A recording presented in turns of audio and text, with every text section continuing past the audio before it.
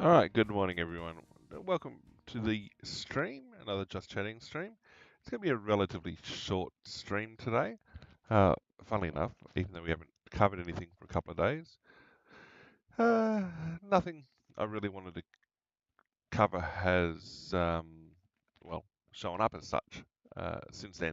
Well, a couple of bits and pieces, but nothing that's necessarily caught my eye for a chat. I mean, there's definitely stuff worth looking at, but we'll roll into what we've got. Okay, let's bring ourselves up.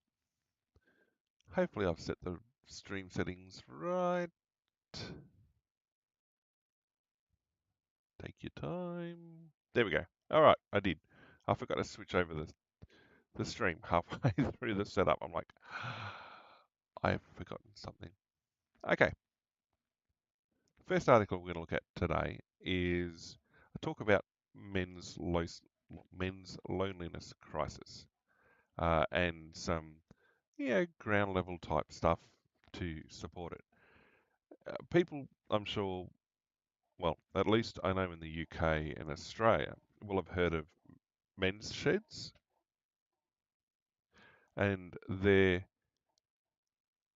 things that basically are, um, well, it's a community type thing, a self-driven community, a safe space for males to get together. Generally, it's like got a few tools and workshop type stuff, and they'll go there and just chat and do things, spend time together. Fraternal get-togethers. So I guess that's the reason why fraternal organisations through history have always had a place.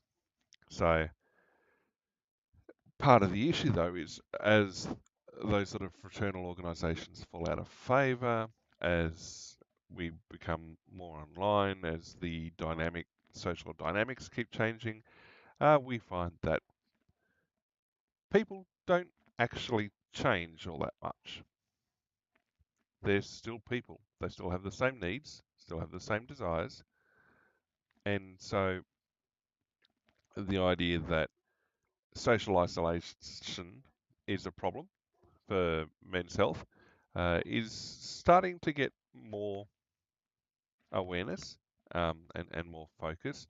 And the idea that men struggle to have friendships in adulthood, it's sort of falling apart type thing. Men find themselves, especially working men, find themselves getting stuck in a rut, so to speak. They've got family, they've got a house, they've got a job, but often they're working to sustain the first two, and it's coming at a cost of self, very much so. It's not mentally healthy, and it's not physically healthy either. So, yeah, I mean, the example gentleman here during the article was rolling on 5 hours of sleep at night, going basically end to end to end to end to end, just constantly changing. And so introduced exercise first thing in the morning, probably one of the few times he had in his schedule, and started then creating a men's group around that, looking for lifestyle change and social connection. So a bit like a men's shed, a mobile men's shed. So they've started walking and stuff like that, and basically the men get together, go for a walk and have a chat, which is great. They connect, have friendships, decreasing isolation and loneliness as a health prevention. Beautiful sort of thing. Um, Kiama is not a southern Sydney community. It's south coast, well, south coast community. So the fact that it became increasingly popular suggests that there was quite a big demand out there for a fraternal get-together for men, plus exercise. I mean, team sports get harder to get into and maintain as you're getting older, all that sort of stuff. So it's just, it's it, it, it it's finding a way to still establish that. I mean, pub culture's decreasing. We talked about the costs of going out for things like this. So you're looking for as well for a low cost solution. And hey, look, it's a brilliant solution. Um, I, it almost seems like an exercise in stating the obvious in terms of needing research to show benefits of social programs. I would have thought that was, yeah, stating the obvious. But I guess you got to mark and measure the effectiveness. Um, Half of the men in the study felt stress or anxiety affected their daily life. Well, from what I've seen, yeah. A third saying mental loads affecting job performance, and yeah, remoteness. Yeah, that's something that goes on through, um, well, purely because of isolation. And well, quite clearly, there's an agenda being driven by the organisation undertaking it, but that doesn't necessarily discount the message of what it discovered or that it supported them, and that you've got an outlet really for men. Now, we talked in a previous stream about the need for connection and that there were sex workers who were finding themselves almost acting in the role of therapist with their clients who were looking more for companionship than anything physical. And uh, it seems that it's something that vanished from the male sphere, so to speak. I mean, it's one reason why, for example, a lot of military people who leave, a lot of military men who leave at an age when they can still re-enlist. There's a not an insignificant proportion who return to the military, be it a couple of years later or less, because they miss well, they miss the certainty, they miss the guaranteed pay and a few other bits and pieces. But a big part of why people rejoin is because they miss the community. They miss the brotherhood, so to speak, willing to put up with all the bad stuff because, well, they get a benefit out of it. So, yeah, relationship issues, um, mid 30s, yeah, it's an important thing. The idea that resource accessibility contributes to it. So, poor access to resources, so suggesting more regional communities. Yep, communities with fewer infrastructure elements available. A lot of places, the men's sheds, it's not a government thing, it's a community thing. So it's put together by uh, other men and giving them that space to sit down and do things. And the problem is, if you're not dealing with it, it leads to actual medical health issues, which uh, it increases the length of time that you stay sick when you get sick. It puts added pressure on the medical system with added engagement. So it's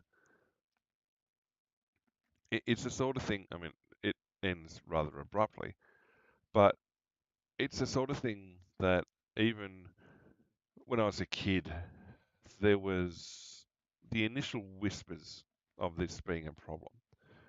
I think part of the problem at the time was in particular in Australia, the Vietnam soldiers, or particularly the conscripts, the men who returned from Vietnam were excluded for a while or were looked down upon within returned services leagues, RSL clubs.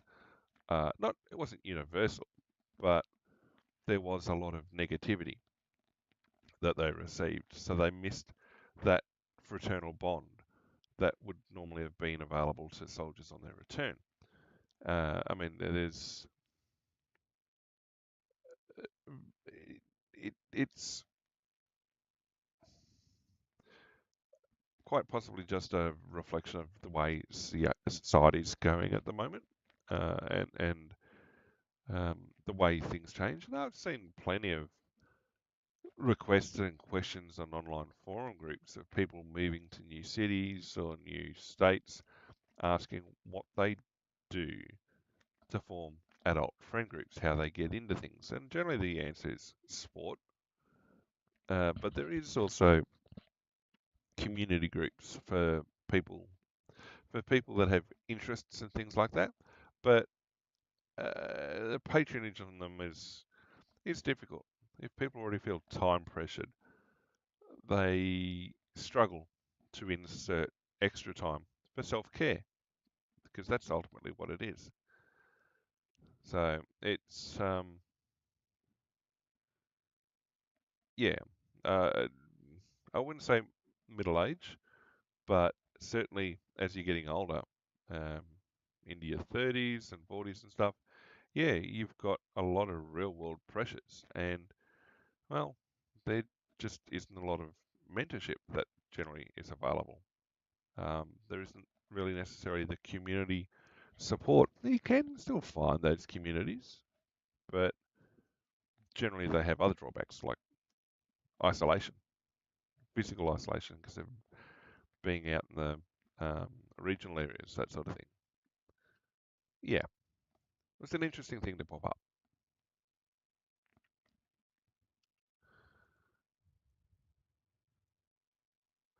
But in just talking about isolation, so in talking about isolation, there's a push from Victorian workers to get work from home rights established in law. And apparently they're one of the few states that currently have no work from home legislation or protection. And the suggestion is in the laws under consideration is that you'll get at least 2 days a week work from home if it's reasonable for them to do so. Now, I remember back in about 2000, between 2010 2015, there were workplaces that had work from home, but well, not constraints, policies. That's the word. And it wasn't so much that they were blanketly available. You had to specifically apply for them. You had to give a robust case why you needed or why you should get to work from home. And there were concerns about how that was going to fit in the existing managerial style. Now, clearly, come 2020 with and lockdowns and everything else, COVID-19 certainly really pushed forward the whole work from home viability for a lot of jobs, and a lot of people realised that, yeah, you didn't need to be in the office to do the actual nuts and bolts of the job, but not being in the office meant you missed out on a lot of social interaction, you missed out on a lot of stuff that wasn't necessarily documented as well. There was a lot of that informal interaction, that informal exchange of ideas and information and tasks and things that went missing when you went to work from home. But at the same time, there are also benefits for working from home, cost and all the other bits and pieces. It just means you need to adjust your management style, and there is also a level of trust. So back in 2010, 2015, I'd encountered a system where I'd actually applied for work from home for a period associated with a couple of tasks. It was knocked back, fair enough. I applied, I tried. I had a co-worker who had applied 2 or 3 times before me and after me. eventually they were granted work from home with the occasional you've been in the office X number of days per month, but that was driven by the fact that they moved. They moved a couple of hours down the road, and because the sector in which we work, or the little industry in which we work, had very, very few uh, available workers out in the unemployment space, they weren't guaranteed to get the job. They were kind of public service. And yeah, the idea of public service being granted work from home at that time was unthinkable.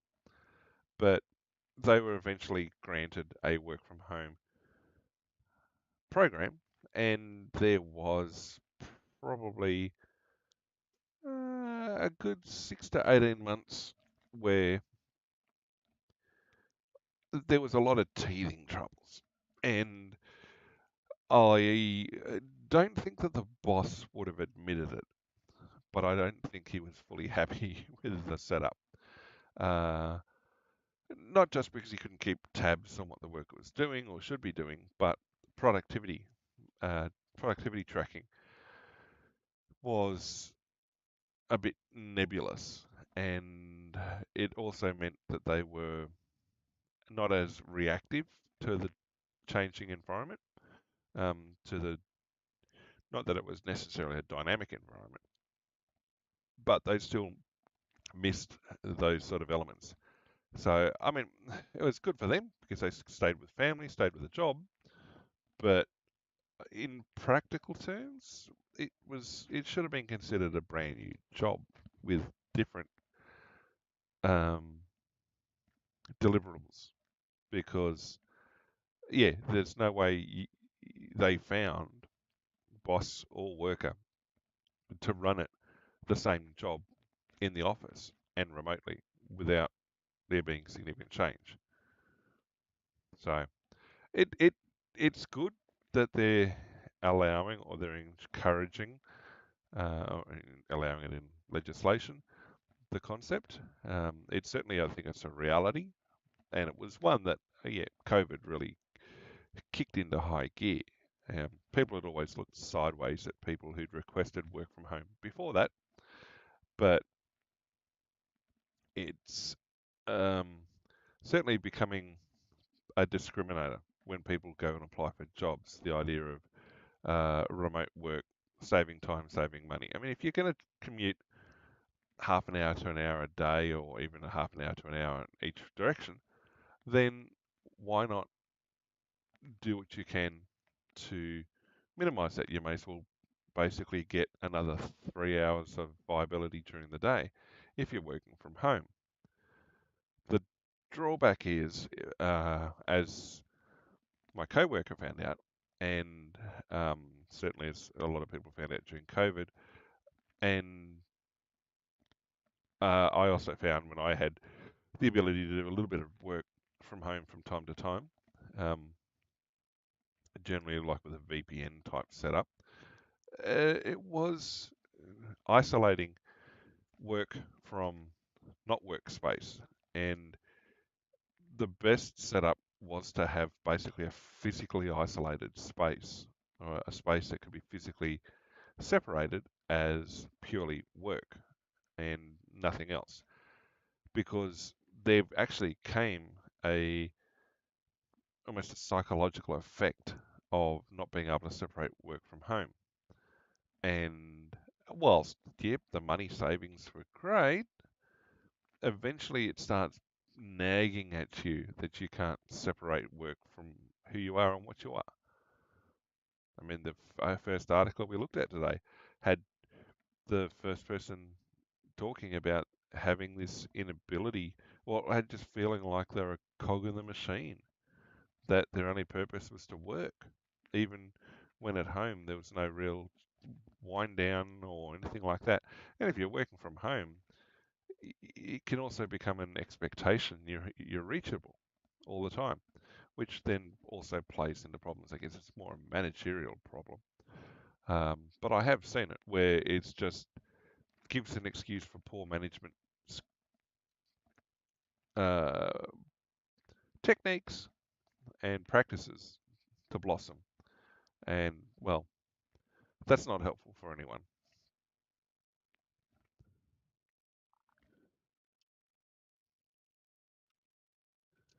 All right, next one. Okay, aged care workers. We've talked a lot about skilled workers and skilled employment and all the other bits and pieces over time. At the same time, you want your existing workforce to continue to get pay rises, uh, hopefully better than inflation. That's what workers want. At or below inflation, that's generally what employers want. But given, and we have an aging population, in fact, a lot of westernized nations have a rapidly aging population, then the workforce that supports them and looks after them will need to be sustained. And part of that is you pay them more. Um, if the industry is demanding more workers and you can't get enough workers in, one way to attract more workers, more money. And for those already in the industry, more money is always nice. It's also a field, particularly in the lower skilled. Now, not saying they're less capable, but in terms of formal skilling, you've got, well, your doctors and specialists all out the top, down through nurses and down to assistants, down to, I forget the other name that they use, but uh, there's basically jobs all the way down the chain to ones that you can effectively do without much more than a very limited vocational training or even on the job training. And all of them are key, are important to the ongoing viability of aged care or, um, well, yeah, both residential and in-home, etc. The pay increase, $60 a week for nurses involved with aged care. That's pretty good. So what's that? That's, well, $100 a week's 5,200, $50 a week's 26. So it's an extra 2,500, nudging $3,000 a year. But is that coming pre or post tax? And the fact it took the Fair Work Commission to hand it down implies that it's an award rise.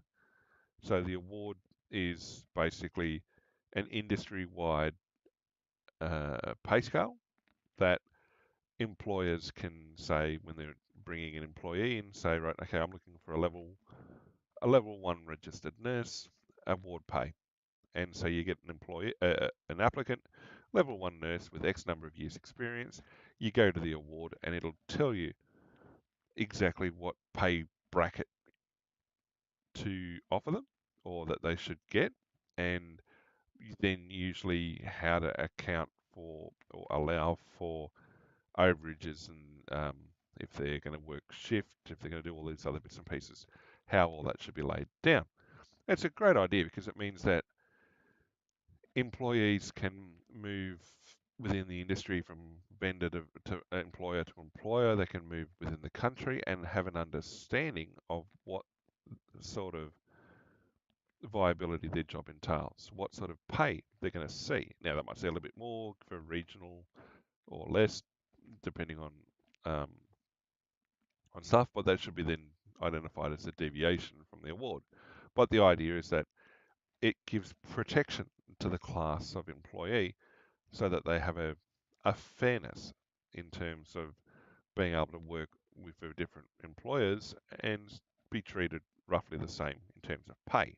Now, conditions, different problem, but at least on a pay side, it's good. So personal care workers, that's like one of the levels below nurses. I mean, there's not really a hierarchy as such, but in terms of the formal skilling levels, uh, and I think other countries call them like nursing assistants or things like that. So they'll get an extra $40 a week, which is fantastic. And it's, I mean, it's the sort of thing the unions get involved with. They get involved with their pay scales and things like that. So they had a 15% pay rise in 2023. So that's what, 2.5 years ago? Well, July 23, 2 years ago. And um, then a variation on direct and indirect workers. And so there's going to be some back pay or some, yeah, given that the increases have been backdated. And it's one of those things that I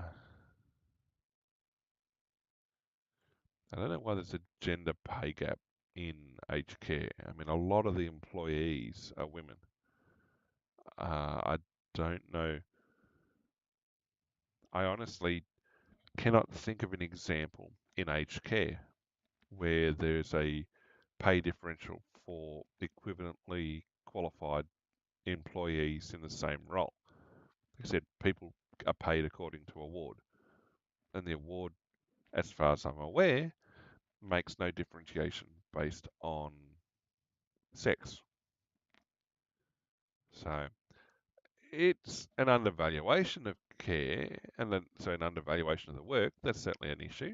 As in, people have historically seen working in aged care as a low-paying role compared to other equivalent functions elsewhere, but and largely delivered by women.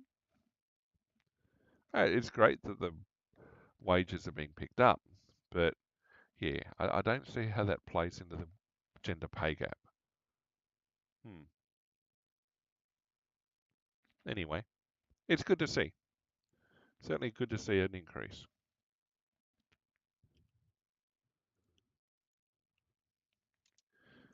All right, we're going to go and look at a few housing related to articles. So infrastructure, good old housing and infrastructure. Housing supply, a big issue. We've seen articles and covered articles over the last couple of weeks about New South Wales trying to reduce the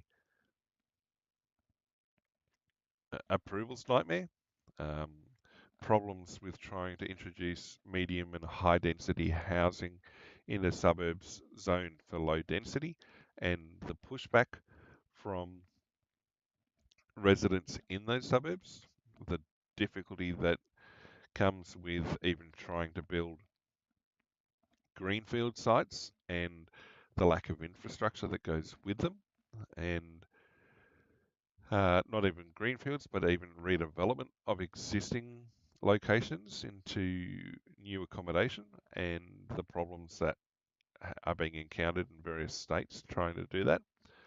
Yeah, and of course the commensurate rise in prices.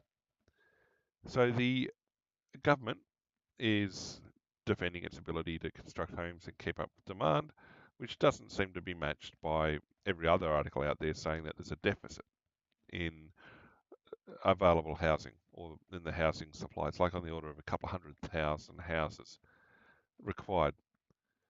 The government campaigned prior to the election on chucking a lot of money at it, which includes an additional 1.2 million homes by 2029. Well, that's a lot of extra homes in 5, 6 years. I mean, we only just reached 27.5 million people in the country in, well, the last couple of months. And, well, it's well and truly ambitious to be building that fast. Uh, there obviously was a collapse of building completions during COVID, but you're looking at 182,000 on the order of, say, let's call it 200,000, a bit more than it actually is, but let's call it 200,000 homes per year being completed, which I don't know that that's enough supply to keep up with the community increase, but hey, look, that's what the government says. We're 2025 now. They got elected 2024. So let's go 5 years to get to 2029, 200,000 homes per year, which is above the current completion rate and below the absolute all-time max, and well, almost a third higher than regular completions. Even then, you're only going to get a million extra houses. You're still going to be 200,000 short of the government's goal. I don't know where they're going to find all these extra tradies to come and build the houses, let alone the approvals from state and local governments for the development, let alone all the intermediate level contractors required for the major infrastructure supply, water supply, waste, power. A lot of places are not supplying gas to new builds anymore. Having all that in place, let alone then the social infrastructure, shops, hospitals, doctors, schools, parks, power, waste, mail, telephone, internet, all those sort of things. Yep, they cost money and we don't have enough people to deliver that. I mean, if you live anywhere where there's still significant new builds going on, you're going to struggle to get domestic level contractors out, particularly plumbing and electricity at the moment. Unless it's an outright emergency, you could be waiting a very long time to get non-urgent works carried out because, well, all the money's off in new builds. New builds are a lot easier for the contractors to do because, well, you're not necessarily, I won't say you're not punching holes in walls. Sometimes you are. You're not stuck working around existing infrastructure. You're installing brand new stuff. And so, yeah, that's where they go. That's where they find it easier. So, yeah, uh, there you go.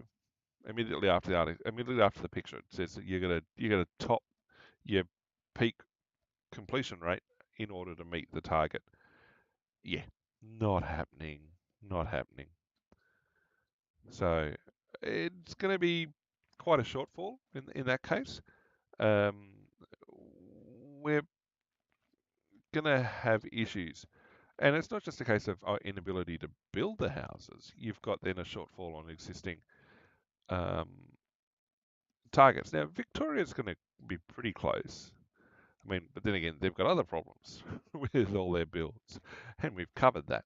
Like all those suburbs that have gone in with one road leading out of the suburb of having no shops and basically being brand new suburb in a food desert.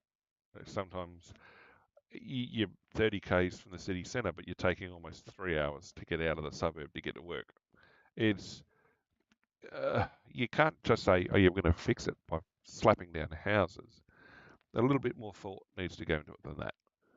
But you're looking at, I mean, anywhere from a quarter to two-thirds falling short. Now, 4,000 versus 7,000, that's not huge in terms of raw numbers, but when you're living in a state or territory that has limited numbers to begin with, any shortfall is going to be problematic. And I mean, it says that they based it. Okay, that's a picture, not a text. That they were based on population levels in 2022. We've looked at issues of trying to base things on population levels, given the massive increase of immigration that took place post COVID, where we had 5 or 6 years worth of immigration taking place in about 18 months. And so I think that's going to skew numbers as well. And therefore, that's then going to play into this, where you're like, oh, we can build these houses. Well, you've already got it, you're starting from a flawed premise because the number of people you're looking at doesn't exist anymore. It was a very mobile target to begin with. And, well, the nature of population change in those few years does not, well, is an aberration. It's a lot greater than was before. So, ah, problems. Plus, they're also showing that there's been a general decrease in housing approvals and completions. Now, it's good to see, it is very good to see an increase in public housing, but the raw numbers aren't that much. I mean, you're still taking an immense amount of time to get that done. I mean, you're still looking at wait lists of multiple years to get into public housing. Not so great. Uh, Housing prices have shot up. I mean, regional areas have doubled. So the affordability cost of living crisis is a big issue in the regional areas because now house prices have well and truly shot out of reach in terms of average incomes. Not so much in the capital cities, but the delta between the two is not as great as it once was. So it's problematic, and we've talked about that as well. So yeah, it's a problem. It's a problem, and I don't know that this idea of prefab or modular housing is going to be the solution. We've had prefab houses in Australia for decades. I mean, most caravan parks are prefabs. There are some wonderful prefab buildings out there that are very nice houses. And I mean, I remember there's a place in Adelaide that, well, for 30 plus years now, don't know if it's still there, um, advertised prefab residential housing. They had, I mean, they were sort of advertised as granny flats as well. But even the normal house builders like your LJ Hookers, your um, what was the name of the steel? Not all steel. Oh, it might have been all steel actually. Like a lot of residential places are off the plan. There's standardized plans because the major house builders have gone through and got all the approvals done. You almost got a modular house there. I mean, a lot of the work now is you're not getting houses framed on site. It's coming from a factory where people are able to work in more comfort. They frame it up at the factory, very modularized, goes on the back of a truck, carried down to the site, and the contractors slap it together. It's very much modularized. So I don't know where this guy's getting it from, saying that, oh, we need more modularization or prefab. Yeah, unless you're building bespoke, chances are a new house is largely coming from a factory in pieces. Big jigsaw puzzle. Adding to the housing problem is the efforts to get people into housing. And so we had discussion about the first home buyer scheme and the addition of funding that the government, federal government, is providing to the idea that you can use a 5% deposit for first home buyers. Yes, you can save money doing that in terms of getting your foot in the door and avoiding LMI, but people are already complaining that it's not means tested.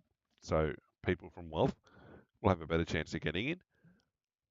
I mean, that was always the case. But the idea that you're looking at um, is just still bringing home a mortgage, like a 95% leveraged mortgage. There's not a lot of lenders out there that if you're struggling to even put together 5%, are going to be very happy with you taking such a high leveraged loan. Um, it's almost setting the scene for another 2008. They're not subprime targets. They're not necessarily subprime loans, but in a but the idea of suddenly having a lot of vendors, a lot of mortgage holders leveraged so high is a risk, particularly when you bump interest rates by a couple of percent.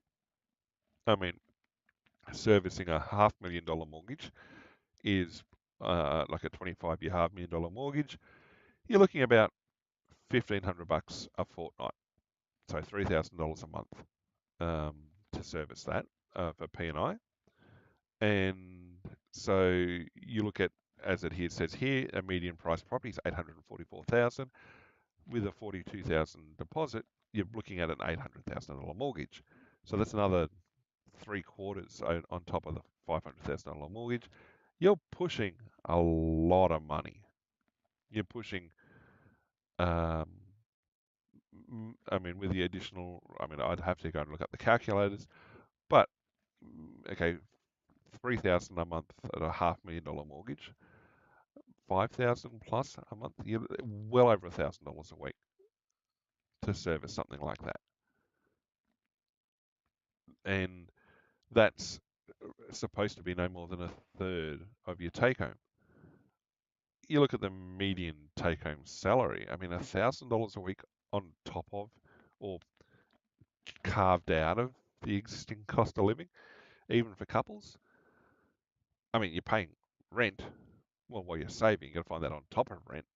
I mean, you're going to lose your rent thing, but your rent, unless you're in uh, something fancy, you're not pushing $1,000 a week rent usually. I mean, the rough rule of thumb, um, multiply it by 1,000. So $1,000 a week would be roughly $1 million property at sale. Very, very rough rule of thumb. There's a bit of deviation.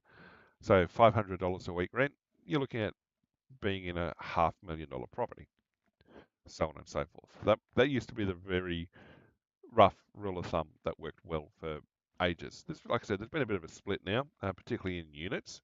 Um, Rents that don't always line up for some cities.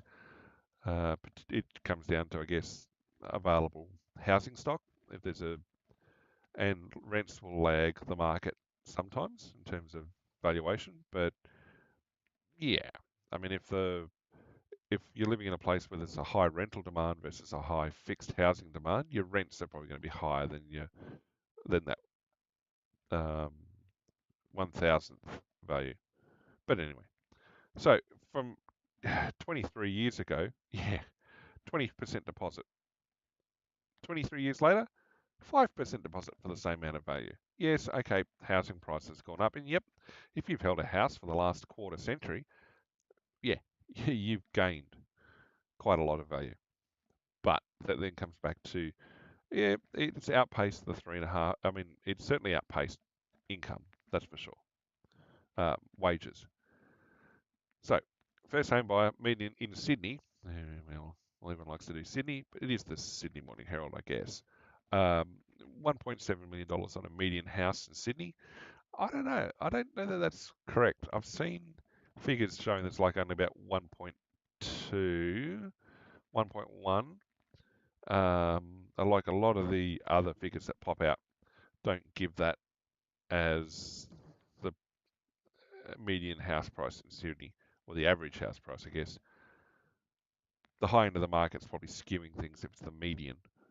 Um, so $50,000 deposit to buy a $1 million home, but a $1 million home in a market like Sydney is a below average house. You're not you're not buying something that is necessarily ultra luxury. The value of $1 million has decreased over years, if anything. So, yeah, I mean, so this article's having a bit of a complaint about the fact that people coming from wealth have a step up, particularly if they're going to move in, especially without means testing. So that basically means that if you've not means tested, you can throw together your deposit much faster. You can grab everything else and move on. That's not going to change. That's been the case always before. Uh, do you, is the argument that we should exclude other first home buyers from the market because they've got more familial wealth? I mean, that seems to be what they're arguing for. So, I mean, people have always rorted things in terms of income thresholds, how to measure things. The moment you put a measure down of here's a means testing, or here's how we're going to track and set things up, it's yeah, always going to attract people who exploit it. And we talked previously about rorting welfare systems. You've got to accept a degree of corruption and rorting of a welfare system in order to make sure that the most deserving receive support. Whereas it's better to accept that than to tune the system such that you prevent the corruption, but you have deserving people missing out. And so that's the way people generally go, is accepting a degree of corruption and doing their best to address it when they find it, but understanding that there will be people to rot the system. It's human nature. The moment you put any system in place, people are going to try and find a way around it. Just look at tax codes. So yeah, it's interesting. It's certainly um, uh, yeah. I mean, this person obviously has an axe to grind on that, but I mean, you then ask, well, how are you affording this? I mean, you've got people coming off renting to pay for a deposit. An article came out just 2 days ago saying that a lot of renters are doing what they can to pay less to their landlord. Not a problem. Obviously, you got to look at how these articles get put together, how the research is carried out. It's not necessarily academic in nature, but it's still interesting to see the number of responders who are doing whatever they can to cut cost of living, to cut their rent um, in any way, shape, or form. That, well, people are moving to cheaper properties at suburbs. Well, again, if your income, over a third of your income is going to cost of housing, you've got to move somewhere cheaper. 8% have basically moved in with family. Certainly, there's a rise in multi-generational households. Not traditionally an Australian thing. We certainly have an increasing migrant population that comes from multi-generational households, and they don't see it as strange. I mean, if I walked out my front door, I could see not, and this is not just mum, dad, and their kids. This is at least an older generation, the homeowner plus their parents, for example. So I could actually, let me just have a quick think. One, two, was three, but they moved back out. Three, four, just in the space of 10 houses, walking out my front door, I could see I could see four houses that I know are a multi-generational household. Um, if I went a little bit further afield, there'd be another several that I could identify, uh, and not all necessarily from a migrant population where that's traditional. Uh, it's not a bad thing. I mean, it certainly puts pressure on the infrastructure where we live because the places weren't built with that in mind. And so car parking and road access and other bits and pieces are a bit constrained um, because, well, I guess the reality of when the suburb or the place was built doesn't match up with, well, the social reality as it is now. More people asking friends for money to help pay. Yeah, that's not going to last long. And so, yes, affordability, financial stress. And we're talking about people needing to are going to take a 5% deposit to get off the rental roundabout. Yeah.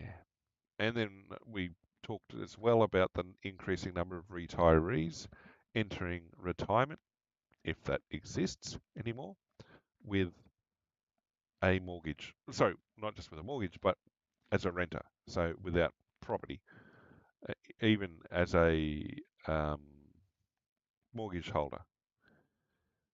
So the rental prices have been going up and up and up and up. Obviously, we had things were fairly flat going into COVID, and then they've just shot up for most places.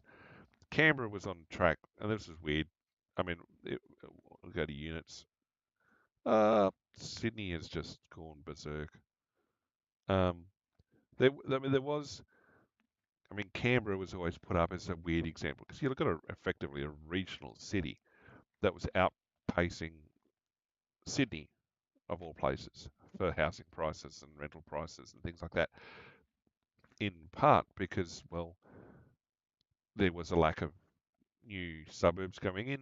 It was fairly constrained by the limits of the ACT and the fact that uh, there was always going to be a strong demand for accommodation and residential property because there was always going to be public servants in Canberra, federal level. So there was always going to be demand. So yeah, that's one reason why Sydney, one big reason why Canberra was always pushing ahead of Sydney. Now Sydney's constrained as well. They don't have too many more open bits of land that they can fill up within the greater Sydney area, within the metropolitan, well, the attached metropolitan area. They're starting to push out beyond the geographic limits um, into bedroom communities now. But yeah, Sydney's running out of land. Melbourne's still got plenty at the moment, certainly out to the northwest.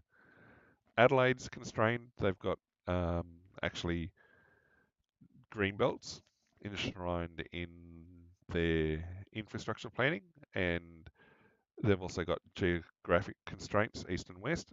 Um, and even 15 years ago, they were starting to push beyond the green belts because everything within the green belt had been basically built on. Brisbane, yep, similar sort of things. So a lot of these places are now running out of viable new suburb locations to put in. So, yep, you've also got people falling behind on their repayments or not paying their rent. And, well, they're also talking about undersupply of housing, which was the very first article we looked at in this section about the ability of the government to ensure that we're getting enough houses built, which just isn't happening. So it's interesting. And the very last line, stay at home. Don't leave home till you can afford it. Yeah, like I said, the way things were isn't the way things are. All right, two more quick things. We have the social media ban coming up in 2 months for under 16s. This, oh well, is more of a basically an Australian repeat of the UK experience with digital age verification. And so they've basically taken the same attempts and gone, hey, look, I can do this, I can do that. Let's try using um, latex masks and party costumes and things like that to pass the tools that the e-safety commissioner says, no, they're good, they're going to work. Well, it's tech based. The you're going to find the weakness in it pretty quick. Um, Certainly, I think the e-safety people have bought in to a promise that may not be achievable, and certainly there's going to be a lot of people who are going to find ways around it very quickly. Um, so the University of Melbourne and Princeton ran a study. They're going to test the systems likely to be used using very simple things. So, yep, the UK, plenty of people in the UK were using certain video games, characters of certain video games that they could manipulate body positions on to bypass checks, simple facial expressions, and cheap disguises. It's one of those things that people put an over reliant trust in AI or artificial intelligence systems, business rules, really hard coded business rules. The I think people perceive the technology to be far more advanced than it is, and then people find out very quickly that it's quite simple to overcome this sort of thing, which then should make them stop and think about the quality of the product coming out of a lot of other artificial systems, but generally people don't make the connection. Um, okay, it says they don't work reliably, the attempts to trick the systems, but in less than 20 minutes are easily bypassed using these systems. And the thing is, You ban someone from the system. The problem is they're going to have time and intent. You can't defeat someone who has time and intent. You can attempt to stop, but you're playing catch up at that point. You will never defeat an opponent who has all the time in the world and the desire to get past your system. They're going to find where the holes are and walk merrily through. It's yeah, you can you can probably get away with it. You will get away with it, quite simply.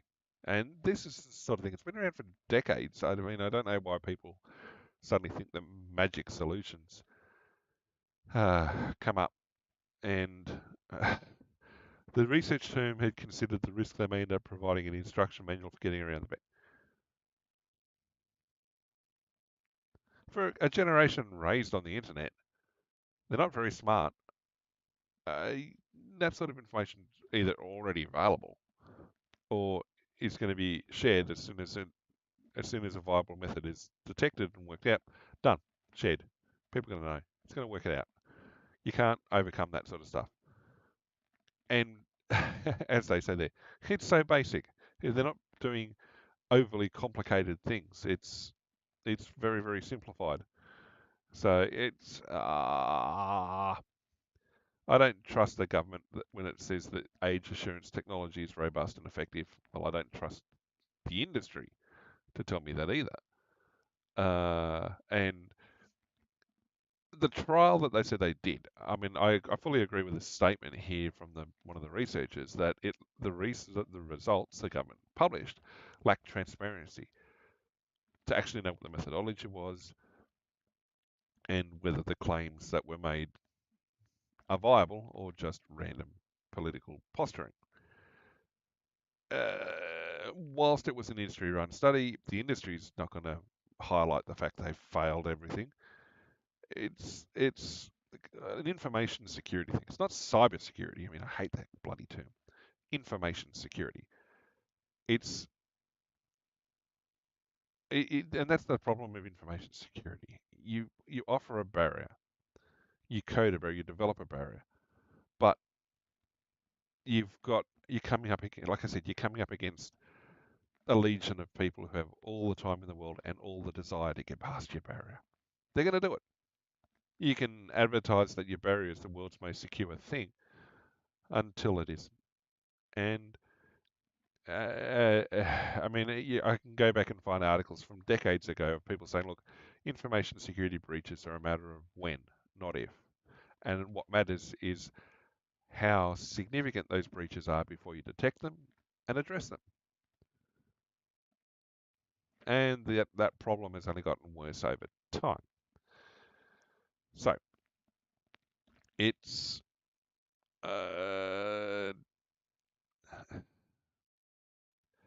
the industry people say, oh yeah, the success of novel hacks is often overstated. Well, of course you're going to say that because otherwise you'll admit that your technology's worthless. Like AI, he's basically a big chatbot, and people are finding, even everyday people are very, very quickly finding the limits to the AI systems, the chatbot systems. So it's yeah, the idea that you're going to reliably defeat identity, I don't think that's the case. Face scanning, it yeah, I mean, well, I'm not going to go into that stuff now, but I think that the systems that are more likely to work are ones that tie into existing digital ID systems. People say, oh no, we've got digital ID systems. The government knows who you are. If you've had to apply for anything online recently where it required verification of identity against government papers, like your birth certificate is digitally identified now in a lot of systems. You provide a handful of details off it, and it'll verify, yep, there's a birth certificate with those details that exist in the system. Same with your license. In fact, there's a lot of states in Australia. You can now put your driver's license in your Apple wallet, for example, and don't have to carry the physical license anymore. because the digital ID is recorded and there's national digital systems that link them, your Medicare cards, your passports, digital biometrics. The governments have big databases of them already, and depending on how useful they are or how much they desire to actually use them to identify members of the public, yeah, you've got a digital DNA effectively, not your actual DNA. Well, unless you gave it to um, the various commercial DNA firms. But you got a digital DNA, a digital footprint that can be used to identify. Yeah, I mean, they should use those existing systems, but they probably won't. Oh, they're saying that they've fixed solutions using video game hacks. How they've fixed it is they've basically coded to prevent it. It's, yeah, age verification checks. There's always ways around it. Like I said, back in the day, people desiring to get to use, say, Leisure Suit Larry. There's a whole generation of kids that know a lot about 1960s US politics because of the attempts to get past the age verification questions at the start of the game. Or there's a bunch of kids, or a bunch of people out there who know a lot about Cold War American and Russian fighter aircraft because they wanted to play games like Microprocessor F-117, which had a aircraft identification checks as part of their game, starting the game up. Yeah, your solutions are going to be defeated. And using VPNs, and now the suggestion and the big scary thing, given how much money is poured into the VPN industry, is that VPNs might be challenged. Now, there's obviously very much a workplace requirement for VPNs, but the idea that VPNs could be challenged. Now, the security cynic might say that VPN exit and entry points are already being monitored, despite what the vendors might say.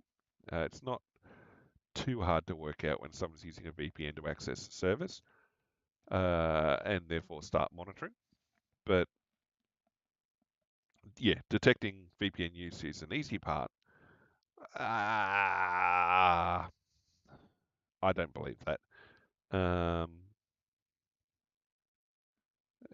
yeah, the VPNs will be the next target. Watch this space. Um, Blocking IP addresses from reputable VPN providers will disproportionately affect millions of legitimate users who rely on VPNs for privacy and security. And that's the whole problem. There's a privacy element that the government's trying to break because they're telling you that they need to identify you, but part of the whole reason of using a VPN is for privacy. Well, in a way, you're just handing a different group of people the keys to the kingdom. All right, very last article. I'm going to be very quick on this one. We had I'm sure we talked about it the other day, or at least I read the article. Uh, Federal Labor in Australia um, was a little bit concerned about the election results in the soul searching afterwards. That their mandate wasn't as strong as they thought it was. It was a very broad result of success, but not very deep. There wasn't a lot of depth of support. What had happened was the loss of the coalition, which was the Conservative vote.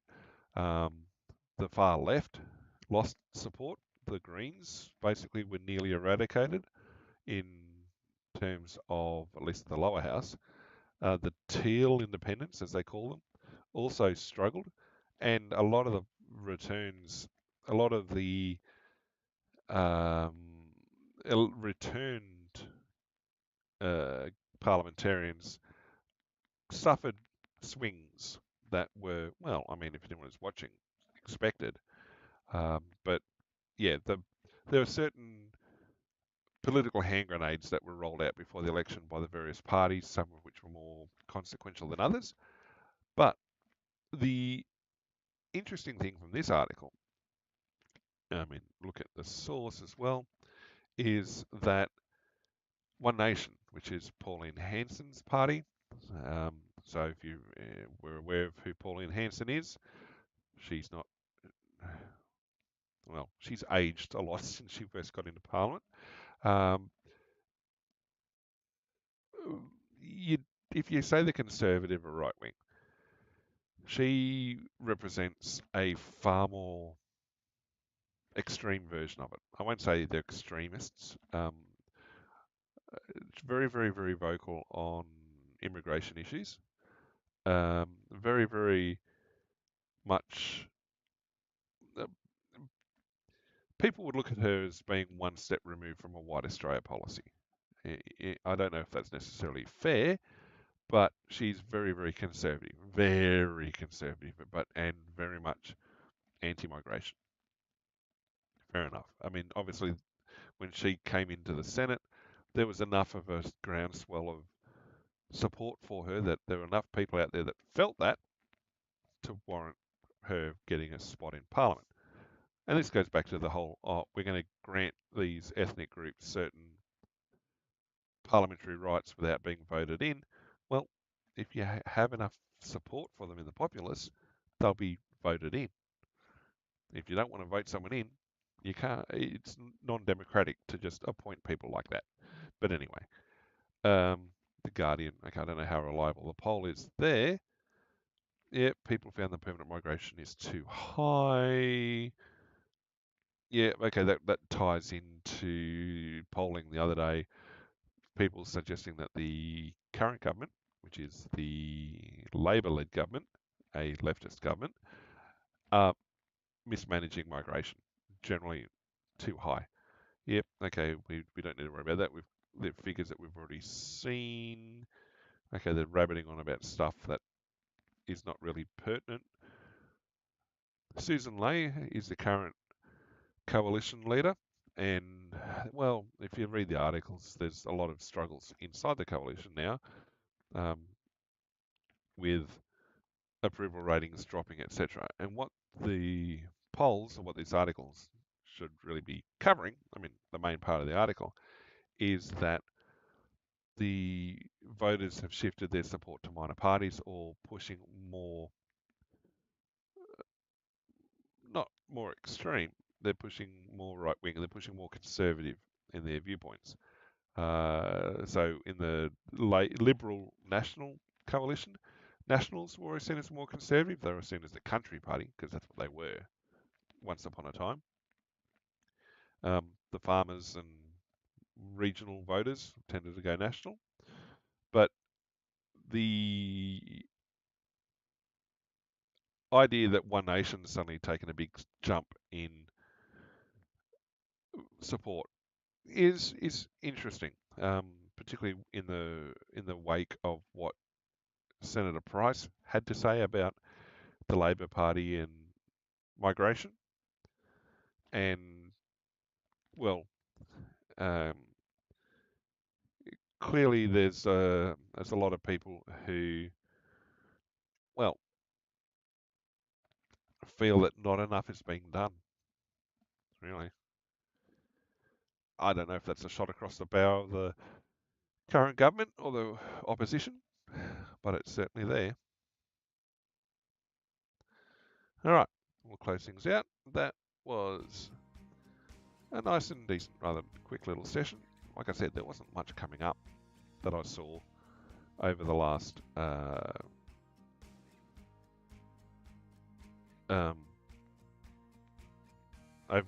few days. Hey, we'll see what comes up between now and next week. All right, what do we got next? Well, planning on tonight, streaming Prince of Persia, Warrior Within. It's Spooktober, so we're looking at big scary games for the month. I have said that we're going to be continuing with Prince of Persia, Warrior Within because there's obviously horror elements to that game.